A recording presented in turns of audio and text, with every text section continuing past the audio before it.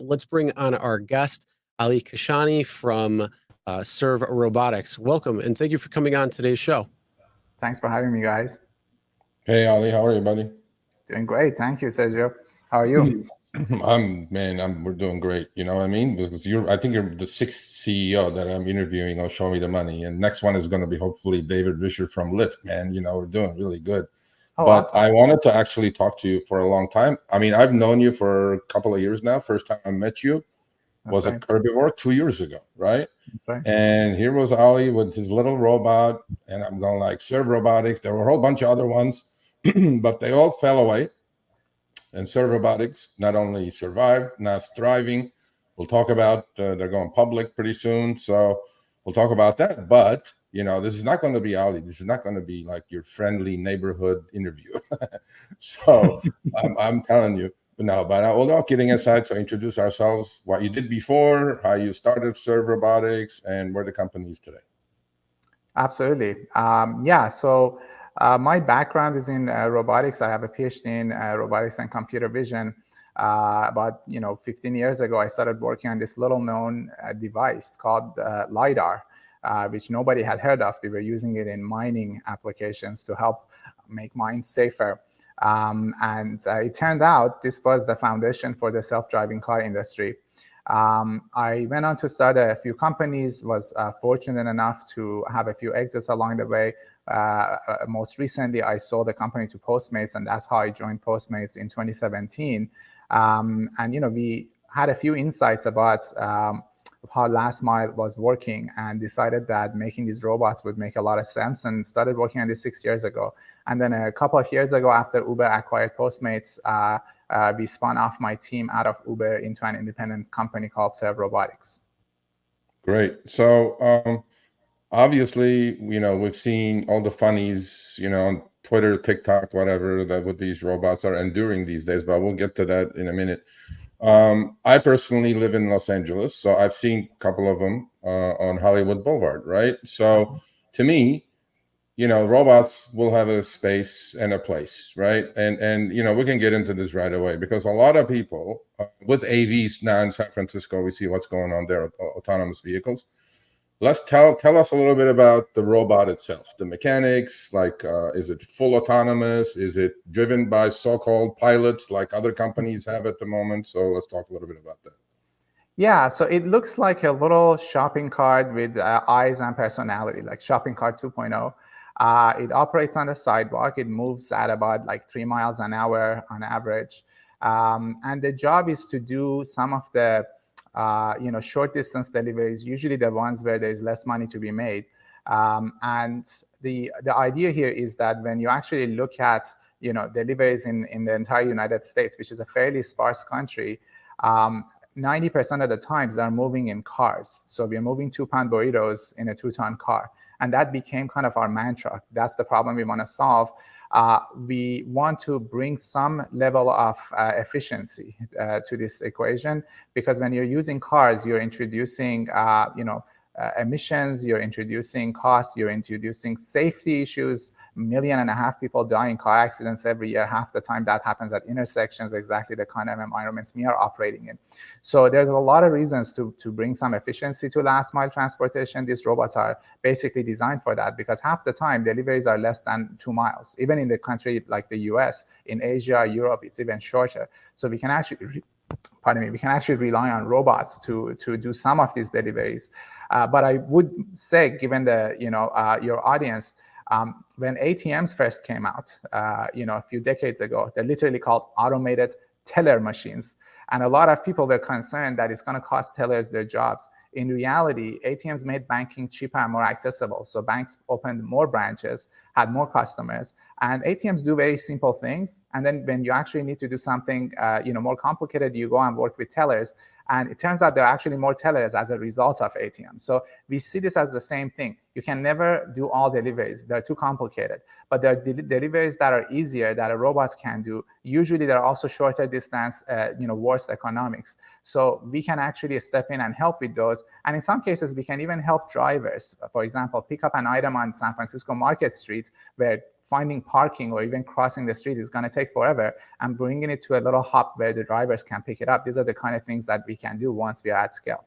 Right. I mean, everything has its place and space and time, right? Initially, horse and buggy got replaced by the steam engine, then electricity showed up. I mean, look, every time that showed up, people revolted saying, oh my, I'm going to lose my job, all this stuff. I think, I don't think robots are ever, let's say specifically last mile delivery robots are ever going to replace. I'm not going to say ever, but due to range problems, right? Due to many different things, right? And I think at the moment, right, the right place for them is a densely populated area. Let's say if I was a delivery driver in Hollywood, I would hate to park. I would hate, God knows how many tickets I would get. Then I would have, there are a lot of apartments. I have to find parking again for a $3 order, right? It's not worth it. Well, what happens? You decline, right? Well, when you decline, somebody has to pick that up. So I was more like thinking, you guys will be, Serve Robotics probably, or their robots will be the ones that take all these orders that is going to be declined anyway because they're not profitable. I mean, like you said, 2-pound burrito driven by a 2-ton machine doesn't make sense in any case, right? So I'm not sure that the fear is legitimate that all the jobs are going to be lost to delivery robots. What do you say about that? I mean, or downtown, let's say, right? LA downtown. I mean, two spots that a human should not. Now, some jobs may be lost by people who do, or New York City, let's say, by, they do by e-scooters, e-bikes, things like that, which are kind of, easy to move around, maneuver, and things like that. So what do you say to that crowd that may be losing their access to these platforms or less orders because, their own e-bikes, they basically can do whatever a robot can do. So. Right. See, I think it's gonna there's gonna be more deliveries as a result of this, because right now, as you all know, the cost of delivery is pretty high. I think there was a McKinsey report saying it's about $8. There's more costs that you can add on top of that, things like mistakes and acquisition of drivers and all that. It actually can add up to even $10 per delivery. So it's pretty expensive. If you bring that cost down, more people are going to place orders. And when more people place orders, you're going to have more people delivering those orders. So I actually see, just like, again, banking, where when ATMs brought the cost down, more people did banking and more tellers had to be hired. The same thing is going to happen here. Robots are going to bring the cost down, more deliveries are going to be needed, and more people are going to be hired. And remember, when it cost us $10 to deliver something locally, but it cost us $2 to deliver something from China, it's upside down. If we bring that local cost down, there's going to be more commerce activity. There's going to be more shops that need more people to hire more people. And of course, robots need people to work too. So we are going to boost local economies. We are going to create all sorts of new jobs and increase the number of jobs for drivers and others. I'm very bullish on this, because history has told us repeatedly that when we brought this kind of technologies to market, it's created more jobs, not less. It's happened. Right. I mean, we hear that argument all the time. Like right now, the big argument is happening with autonomous vehicles coming and destroying rideshare jobs, right? Again, we see their troubles, but I'm sure they're going to be solved in, if not a few years, a decade, whatever it is. But these things are inevitable. It's going to come around. Is Serve robots fully autonomous? They don't require human intervention unless they get kicked over or whatever, something happens, right? Are they fully autonomous at the moment? So, if we use definitions, the technical definition is like level, 2, level 3, level 4, or level 5. So level 5 is what I would consider full autonomy. And no, that doesn't exist. I don't believe that would exist for decades to come. Okay. What a lot of companies in our space are aiming for, even the cars, is level 4, which basically means the robots can do a lot of things by themselves. But when they don't know what to do, they ask people to help. So that's where we are as well. We are probably one of the first companies to commercialize level 4, because our robots can do things without a human watching. But then when they actually get to certain situations, they can ask for help. Like there was a video that went viral when one of our robots crossed police tape. Funny enough, the robot actually came to the police tape, didn't know what to do, and stopped. And then someone remotely logged in, got confused by something that was happening on the scene, and decided to cross. So people are involved. When the robot is confused, now you got to make sure people know what to do and what's the right thing to do sometimes. Yeah, we talked about that actually on the show a few months ago. He crossed the police lines. It was big news, right? Yeah. And so give me a little bit of a feel about, okay, let's say I'm in a high rise on Hollywood Boulevard, right? Right. I ordered my food, and let's say I ordered my burrito. And so how does the process work? Like, obviously my order goes through either DoorDash, Uber Eats to the restaurant, and restaurant preps it. And then where is your robot at the moment? Are they parked all over the street waiting for orders? Give me the logistics. Give me the idea about That's how right. Yeah, the robots are usually in various kind of what we call hot zones, areas where there are a lot of restaurants, a lot of demand. So they're nearby, or maybe they're on their way back from previous delivery. When the job comes in, we get pinged by Uber, just like drivers do. A robot gets assigned. When it's at the door, it informs the tablet inside. Lets the restaurant folks know that there is a robot waiting. Usually restaurants let us know where they want the robot to wait, so it goes to a designated spot, and then they walk out. They put their food in the robot, and it locks. And at that point, it starts moving towards the customer. They get notified. They can check it out in a map, just like a driver. And then when the robot gets to the customer, they have to come outside. They press a button in the app. It unlocks the robot, and they can grab their item. Right. So that's the way it functions. But here's my question for that. As you know, through the pandemic, right, we got pretty lazy. Okay. We ordered food, like a cup of Starbucks that costs $20 now, which is, I'm like, why can't you just go pick it up? Right. But that's not the issue. The issue is, the consumer is pretty lazy. Okay. I mean, otherwise delivery wouldn't exist, because they would order it, and then they expect the driver to pick it up, bring it over, leave it at the door, all these good things. So also the consumer behavior now has to change a little bit, right? Because now you have to get off your comfortable couch. You have to go downstairs. You have to open your door, rain or shine, whatever. Then you have to put some code on top of the robot to get your food out, right? So how do you think that's going to be perceived or, accepted by the consumer? Because until today, some human is going to pick it up, even if it's a mile, and bring it, dump it in front of their door, no contact delivery, all that good stuff. Right. How do you think the robots are they going to overcome by cheaper deliveries? Mm-hmm. Obviously, you're not going to tip your robot, so delivery to the consumer is going to be cheaper. Right. Is that what you're thinking? Yeah, I would actually question the premise that people are lazy. I actually think that there are a lot of good reasons for these services to exist. I've gone through stages of life where I was so busy that my partner, she's so kind, she would even put the food right next to me, and half the time I couldn't eat it because I was just like back to back in some crisis. So there are a lot of reasons to use these services. I think they're more efficient, and I'm glad these things exist. Imagine a single mother with a sick child. Like, how are they going to get what they need? This is way better. A service that should be available to everybody. That's what I think we should be all aiming for. Now, in terms of the consumer behavior, you're right. With robots, they have to do an extra work. They have to go outside and grab the item. I guess one way to think about this is when you're doing short distance deliveries, consumers associate value to distance. So if you've had to move only 2 blocks, they're less likely to want a tip. They're less likely to want to pay for that delivery, anything extra. So this is where the robots would be really good, because these are low tipping type of jobs. The robot would bring it, and the robot doesn't take any tip. So the consumer is now more likely to want to do those deliveries. Again, adopt that behavior. It's cheaper for them now. They're willing to come out and grab their food. But also, now that they're used to this behavior, they're likely to order from places that are maybe further away, where humans are going to deliver. And again, there's going to be more value in it, more tipping, etc. So again, this is all part of that system. Delivery by robots for some portion of the jobs, by humans for the other portion, and generally consumers benefiting from this. Yeah, so basically these robots will do all the door trash orders, and then all the trash Uber Eats orders. And then I'm not like, I deliver quite a bit. I'm not going to do those, but I'm pretty sure your robots will not work in my area, because I'm in a, very spread out area up in the San Fernando Valley. Right. I see where the value is. So how about this though? Like, I'm thinking about, you talk about efficiency, right? So is this going to be like one item of food for one robot for one delivery, or are you guys going to do like in RideShare? There's something called Uber Pool, right? You get multiple orders, but the problem then becomes, right? If in Uber Pool, basically for a RideShare driver is a definite ratings killer, right? Because the people that order it, well, they're going right by their drop off, but then the algorithm is telling me which way to drop them off in which order, and then they're getting delayed. They get more pissed off. So in the robot's case, let's say if you're going to stick 3 food items in there, somebody is going to get that last. And these things are not flying; they're going 3 miles an hour.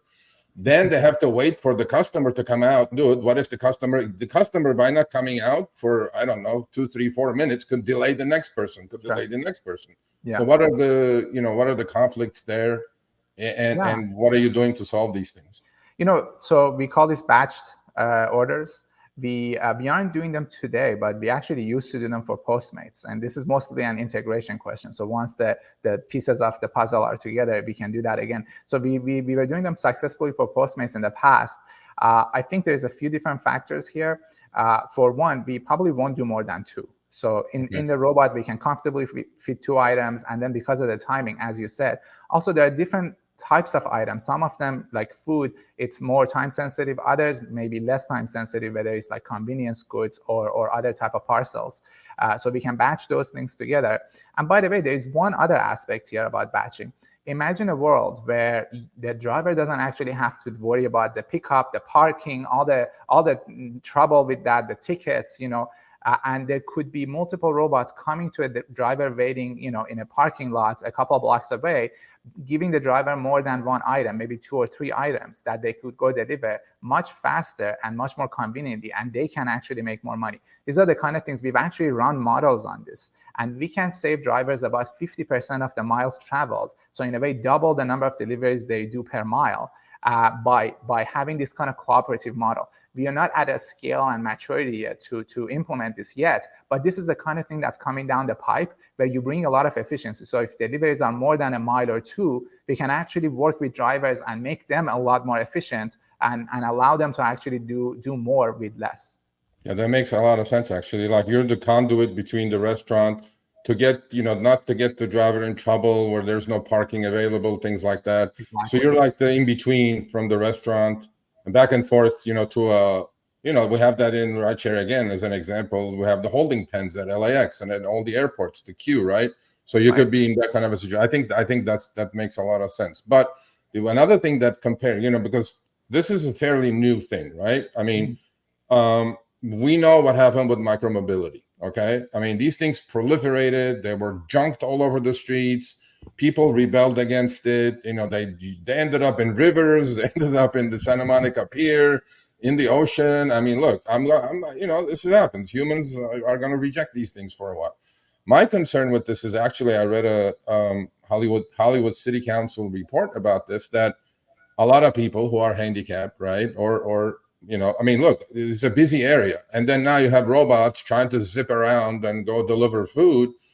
They may become a nuisance to pedestrians, right? And I mean, how do you respond to that? What do you say about that? Because look, it's a very difficult thing for the machine and the human to coexist in a really populated area. So yeah, this is something that we had in mind really early on. We actually engaged some of the disability communities, had them be part of our development and design process. And in fact, if you go back to 2020, so 3 years ago, and look up a TED Talk I gave, I speak about this subject. You can't put robots in public spaces without thinking about all kinds of people who are affected by this. And one of the advantages we had being inside Postmates at the beginning is we had the resources. We were not just a startup. We had the resources to actually be thoughtful about what we are making and how it's going to impact people. So we have very clear technologies and processes in place to make sure that a robot never blocks the entry or exit to an intersection, for example. When the robot does come across people, it's very differential to them. If it's someone on a wheelchair, the robot actually has the drivetrain so that it can leave the sidewalk surface, maybe go into the grassy area, or even go down a ramp if it go down the edge if it has to allow other people to pass. And you actually would see videos of robots doing this. So this is really, really important. And I can tell you, we have never had a complaint about this. We've been very, very thoughtful. And it's something that I'm quite proud of. Our team has really been making this a priority from the very beginning. Right. And this is the part of we have like a few minutes left, but let's talk a little bit about all the funny things. Actually, you know what? I have one last question. So when it comes to the consumer and the actual human doing the delivery, there is a rating system, right? I mean, you can put thumbs up, thumbs down. Actually, you can get a driver deactivated by saying, it happens quite a bit. There's, fraudulent people out there who say, I never got my food, and then Doordash will deactivate you, or Uber Eats will deactivate you. Well, obviously, in this case, there is nobody to rate, or is there a system? I mean, what happens? It happens. I mean, what if the robot messes up, gets the wrong food? And I want to have the idea that is that part of the equation completely now nullified, that you get what you get. If it's wrong, it's wrong. There's nobody to blame. There is nobody other than the restaurant, probably, because robots not going to be blamed. Robots not going to be rated, right? Yeah, having the robot in the equation reduces rate of errors. That's one of the things about machines. So the restaurant is the only party that's loading the robot, and there's not a lot of room in their case for confusion. If something happens, it is their error. It's not there's no blame game anymore to say, oh, was it the driver or was it the restaurant? And this transparency actually makes everybody I guess behave more carefully, and if there are mistakes made, they can actually look into it and try to improve their processes. Versus in the past, I think there is a little bit of a who really made the mistake. I don't think it was us. Maybe it was the driver, or maybe the driver says it wasn't me, it was the restaurant. It wasn't clear in the past. If you actually look at the numbers, our delivery completion rate is a good metric that we measure, which means how often do we bring the delivery to the destination successfully, and it's about 99.9%. And when we were looking at courier numbers, it was about 99%. So the robots are about 10x better at bringing the item to the destination. So we track all those things. You're right that the concept of giving thumbs up or thumbs down applies less. People know it's a robot, they're less likely to rate it. If they're unhappy, they would give you the rating, but if they're happy, they're less likely because they don't think robots care. So it's a little bit of a different way of measuring it, but we look at things like completion rate, very on time, and what kind of complaints came back. And of course, we know where to go when those complaints come in. If it's a wrong item, it's not the robot. The robot can't really do that. It would have been the restaurant. Okay, so let's talk a couple of minutes about the funnies that we've shown. Oh, now we're we're guilty as charged. We showed one of your robots, Austin, and he got a ride of his life by some lady. I don't know where it was, but I'm pretty sure it was nearby somewhere, in LA. I don't know. And so, obviously, look, these things are getting knocked over. There are funny videos out there. They're getting crushed by trains, and I mean, look, this is normal, right? That wasn't us, but yeah. Yeah. So I mean, in a case like that, look, sorry to say, but we have a massive homeless situation in LA and in Santa Monica and many places around the country, right? I mean, these people know there's food in there, right? I mean, they're hungry. What if they just vandalize this thing, open it up, and just grab the food? So what are the safeguards about those things? What does the robot do? Does it roll over and die over there and call the cops? Or like the autonomous vehicles, they put the blinkers on because help. I don't know. So give me a couple of minutes about that. Yeah. So there's a narrative about this. A lot of I think people ask me questions about vandalism way more than they actually happen. And there's a few videos that have gone viral multiple times. So it's just part of the game when you're pioneering something like this. I think it's a story that people like to tell. So we haven't seen any uptick, as opposed to, again, some of the articles were suggesting. It's what's always been at the end of the day. We work in a fairly difficult area. Even the block that our robots dispatch from every morning, there's usually 3 or 4 tents in the area. So we already have integrated with the community over there and have been operating. Again, the 99.9% completion, which is 10x better than other methods right now, tells you what the actual kind of reliability is. But having said that, yes, these things do happen. It's just part of being in a city. You park your car, someone scratches it, or a car can run into, all sorts of things can happen. We have mechanisms. First of all, the robot is locked. It's very hard to get in. When someone is able to get in, we will figure out what went wrong and we fix it. So ultimately, this is going to be a futile effort to try to get into a robot. And then there has been times where we had to engage law enforcement. And in fact, I haven't shared this publicly yet, but between us, we actually had a case where someone with outstanding warrants was arrested after trying to kidnap a robot, which, by the way, the robot escaped. So the robot, they couldn't take the robot, but the police came and actually arrested them, and it turned out they had an outstanding warrant. And we only engage when there is a extreme situation where we think that it would be in the advantage of public safety for us to inform law enforcement, and in that case, we actually do that. So a lot of mechanism is in place. The robots obviously have full video, everything. They know what's going on. We can dispatch people, and of course, if it really comes down to it, we would also engage law enforcement. Right. And so, and the remaining couple of minutes, I know you have a deal with Uber, right? Let's talk a couple of minutes, and then in closing, I'll give you another minute to tell us why, because I read this, comments, and they're going like, oh, this is going to replace jobs. I mean, a couple of minutes, summarize everything that we talked about, and what the deal is. I know you're going public. We'll do an update on that in a couple of months when it's ready to be talked about. So your floor is yours. Continue. Thank you. Yeah, I mean, I'll speak about the Uber deal. So we have obviously, we have had Uber as a partner. They have been really wonderful to help us learn how to deploy robots and where to deploy them, and have access to the customers and merchants. So we are now going to deploy up to 2,000 of our robots on the Uber platform over the next couple of years, which is obviously super exciting. So robots are coming. But going back to your concerns about jobs, look, I talk about this a lot, and I'm happy to keep talking about it because I know it's a really valid concern. It's something that people are justified to worry about. But I would just tell folks to look at history. Go study any of the technologies that you think has displaced jobs. And again, ATM is just a really good example, but it's not the only one. At every one of these moments in history, people thought jobs are going to be lost because we have this preconceived notion that there's a constant number of jobs. But that's just not true. When you reduce cost of some service or product, more people are going to want that service or product. And every single time in history, that has resulted in more people being employed to provide that service and product in different parts. In our case, it costs $10 to deliver something from Chinatown. It costs $2 to deliver it from China. We are going to fix this problem. When you do that, you're going to have more local businesses. You're going to have more deliveries happening by humans and by robots. And you're going to have more people involved in deploying and servicing robots. And guess what? These are going to be really good jobs because you're creating more value. You're creating, a person in charge of simultaneous deliveries means they can actually sit at the safety of an office and, get paid more, and there is more value to share with the folks doing the job. So to me, this is actually going to improve quality of life for a lot of folks as well. Yeah, I mean, look, there's, as I said at the opening, there's a space and place for everything. Initially, the human nature is to flee, right?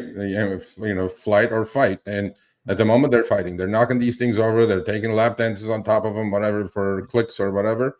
But I agree with you. I mean, $2 orders, I'm not going to do anyways. I might as well get it done. And then maybe you gained another consumer. So, but we will have to do an update on this in a few months, obviously. And then, but thank you for coming on. Thank you for answering all the questions.